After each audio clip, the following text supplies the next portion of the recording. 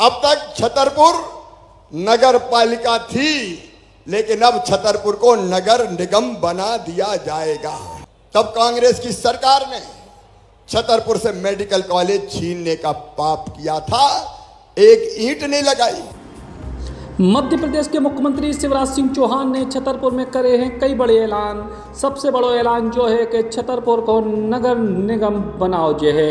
ई के संग ही बुंदेलखंड केसरी महाराजा छत्रसाल के नाम पे एक भव्य स्मारक बनाओ जो है।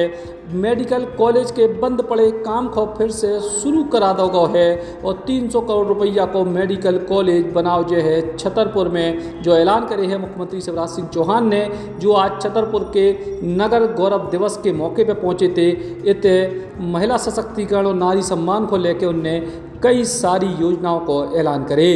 को बसाने वाले महाराज छत्रसाल बुंदेला, उनकी स्मृति को हम अक्षुण्ण रखने का काम करेंगे। और आज इस पवित्र दिन पर हम एक संकल्प और कर रहे हैं। अब तक छतरपुर नगर पालिका थी, लेकिन अब छतरपुर को नगर निगम बना दिया जाएगा।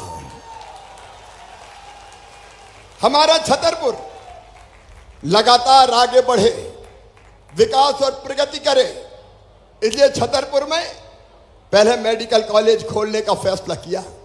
हमारे अध्यक्ष बीडी शर्मा जी बता रहे थे, कांग्रेस की सरकार आई थी बीच में, तब कांग्रेस की सरकार ने छतरपुर से मेडिकल कॉलेज छीनने का पाप किया था, एक ईंट नहीं लगाई। आज मैं कहना चाहता हूं आपसे, हमने आते ही टेंडर किया, पुराना ठेकेदार ठीक काम नहीं कर रहा था और जो ठेकेदार का ठेका निरस्त करके नया टेंडर कर दिया है। 300 करोड़ रुपए की लागत से शानदार मेडिकल कॉलेज छतरपुर में बनके तैयार होगा। छतरपुर में बनके तैयार होगा। मेरे प्रिय बहनों और भाइयों, छतरपुर में मेडिकल कॉलेज, छतरपुर में यूनिवर्सिटी, विश्वविद्यालय, बड़े बड़े शहरों में विश्वविद्यालय नहीं है, लेकिन छतरपुर की गरिमा को बरकरार रखने के लिए यहां शानदार विश्वविद्यालय संचालित हो रहा है। उसके भवन का भी आज भूमि पूजन हो रहा है। लेकिन आज बड़ी संख्या में मेरी लाडली बहनाएं आई है। मेरी बहनों, तुम्हें प्रणाम अपने भाई का। ये बहन और भाई का पवित्र रिश्ता अद्भुत है, अद्भुत।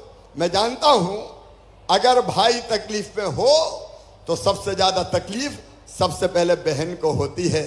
मेरा भैया, अगर ससुराल में कोई बहन को भला बुरा भी कह दे तो बुरा नहीं मानती, लेकिन अगर भैया की बुराई कर दे तो सहन करती है क्या? फिर कह देती, खबरदार हमसे कछु कह लियो, लेकिन भैया को नाम लो तो फिर खैर नहीं है।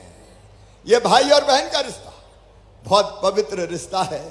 और मेरी बहनों, एक कष्ट मेरे मन में आज से नहीं, बचपन से था। देखो, अपनी ये धरती ऐसी है भारत की, जहां मां, बहन और बेटी को मान और सम्मान की नजरों से देखा गया। लेकिन बीच में ये मुगलों का जो शासनकाल आया था, उसमें बहनों की इज्जत उतनी नहीं बची। और धीरे धीरे ये हो गया कि बहनें, विशेषकर बेटियां, बोझ मानी जाने लगी। मां से भी पूछो कौन जन्म लेना चाहिए तुम्हारे घर से, कोख से, तो कहने लगी भैया आना चाहिए। बेटी की जरूरत नहीं है। पैदा कौन हो? भैया पैदा हो। क्यों? बोले भैया तो कुल का दीपक होता है, बुढ़ापे की लाठी का सहारा होता है। अब वो कुल का दीपक होगा कि बुढ़ापे में लठ मारेगा, इसकी कोई गारंटी नहीं है। लेकिन बेटा चाहिए। मेरे भाइयों और बहनों, बेटा बुढ़ापे में सहारा बनेगा कि नहीं बनेगा ये मैं नहीं जानता, लेकिन मैं ये गारंटी ले सकता हूं कि बेटी जब तक जिंदा रहेगी उसकी हर सांस माता पिता के लिए चलेगी, अपने माँ बाप के लिए चलेगी। बेटी कभी नहीं भूल सकती। लेकिन समाज बेटी को भूलने लगा।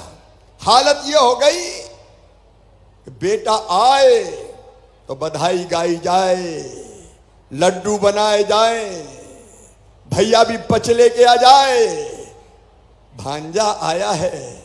और बेटी अगर पैदा हो गई तो मैया का चेहरा उतर जाए, जैसे बेटी नहीं हो गई हो, आफत हो गई हो। बेटी को आफत मानने लगे लोग। बेटी को बोझ मानने लगे लोग, और उसका परिणाम क्या हुआ मेरी बहनों? बेटियों की संख्या कम हो गई। अरे इतना पाप हुआ इस धरती पे कि अगर ये पता चल गया कि कोख में बेटा है कि बेटी है, विज्ञान ने प्रगति की तो पता चल जाता था कि आने वाला बेटा है कि बेटी है। बेटा आए तो आने दो, और बेटी आए तो कोख को ही कत्ल खाना बना दो। ये भी पाप इस धरती पर होने लगा, और इसका परिणाम यह हुआ कि बेटों की संख्या तो ज्यादा हो गई और बेटियां कम पैदा होने लगी। 1000 बेटों पे केवल 900 बेटियां रह गई। मेरी बहनों और भाइयों, आप बताओ, मैं बहनों से ही पूछ रहा हूं, क्या बेटी के बिना दुनिया चल सकती है? अरे बोल के बताओ। बेटी नहीं बचाओगे तो बहू कहां से लाओगे?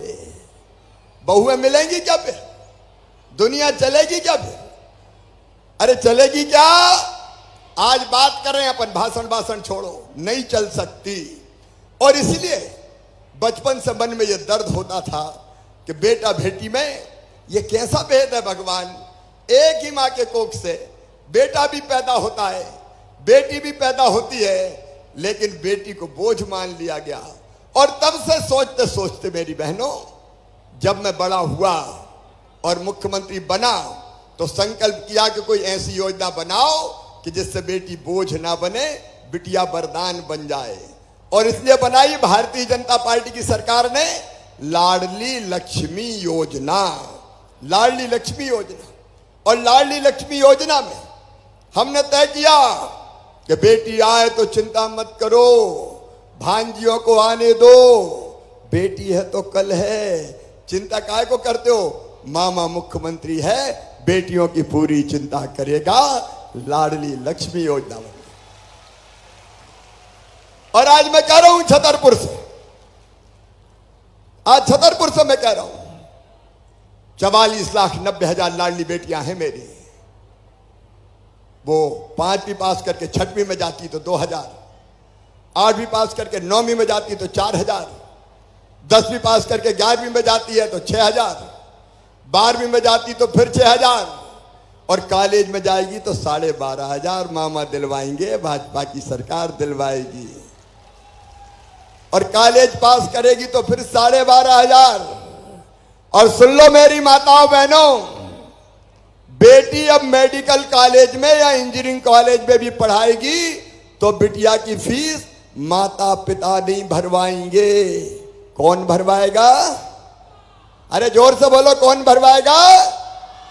मम्मा भरवाएगा, भारतीय जनता पार्टी की सरकार भरवाएगी।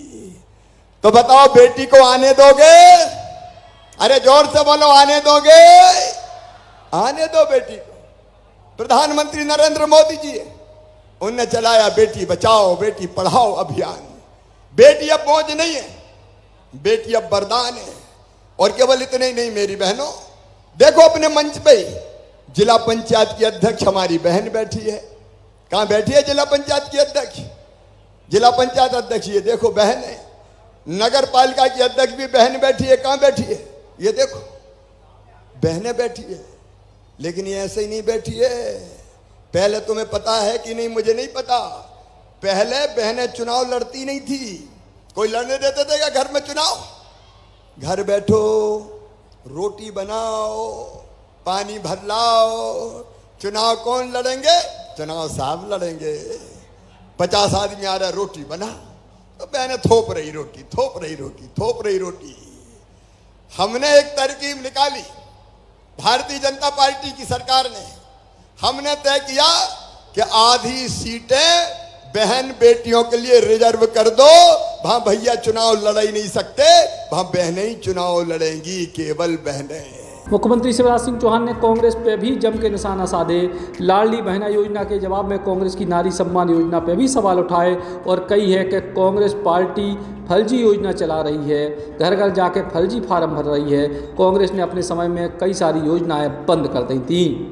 Eklavya University Damoh will guide you towards a bright future. 28 acres of lush green campus, largest campus of Bundelkhand, experienced and dedicated faculty, 50 future-ready courses taught in 12 different schools, separate courts and ground for sport, fully equipped lab and workshop, safe and fully equipped separate hostel for girls.